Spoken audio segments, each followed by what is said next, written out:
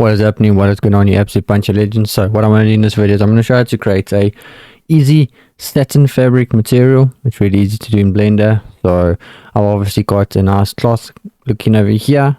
So I've got previous videos, tutorials on how to create the cloth. I'm not going to waste your time by making you create this. So yeah, feel free to check out my how to make cloth in Blender. I've got a few videos on how to do these kind of cloth simulations. But without further ado, let's get into creating the material. So if I go here, you can see it's just white. So I'm going to click on the material and I'm going to go to shading.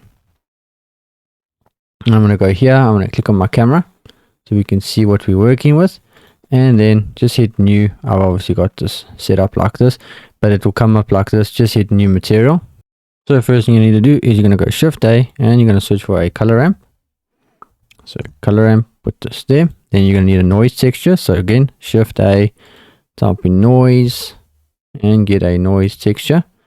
And then Shift A and we want to get a texture coordinate.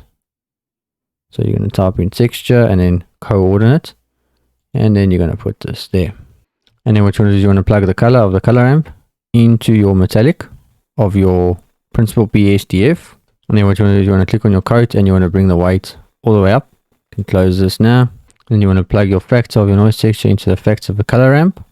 And then your object of your texture coordinate into your vector. And you can see if I zoom in, you've got a little bit more detail. That's basically what the noise texture and the color ramp is doing. It's just adding a little bit of detail to your material. And then what you want to do is you want to bring this detail up to 15. Bring your scale down to about 1.2. And you want to bring your roughness up a little bit to about there. And then what you want to do is you want to change this from linear to B-spline.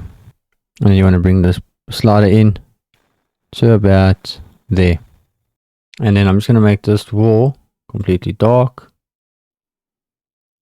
So the base color, I'm just going to make it pretty dark so you can see the material a little bit better. And then what's cool is you don't need to make it just white. So if you click here, you can then change your base color. So you can change this to a color that you want. You want it to be like this, or you want to make it darker, like a dark brown. Go like that, and you can see it's got that nice shininess from the from these nodes. So I'm just going to click there, boom, and then let's go back to my camera, make it a bit brighter, something like this, make it like that, give it like, and you've got your material. It's really that easy. You can see it's got that nice shininess, so it's got that nice simple, it's got that nice satin kind of look. I think it looks quite nice for a kind of material. And there we go. You can obviously, like I said, you can darken the color, make it darker, give it a better look, but it's completely up to you how you want to play around with the color of your object. You can then crush this, bring this back, bring this like this. You can also adjust your roughness, and that will then give it more of like a silky kind of look, but you want it to be there because you don't want it to be too shiny. And there we go, there's the material. So hopefully you enjoyed the video. Make sure you hit the subscribe button. I would really appreciate that. And feel free to check out the Patreon. The link is in the description. And I really appreciate the support on the channel. Thanks for always watching the videos. It does mean a lot to me. And see you in the next video. Peace.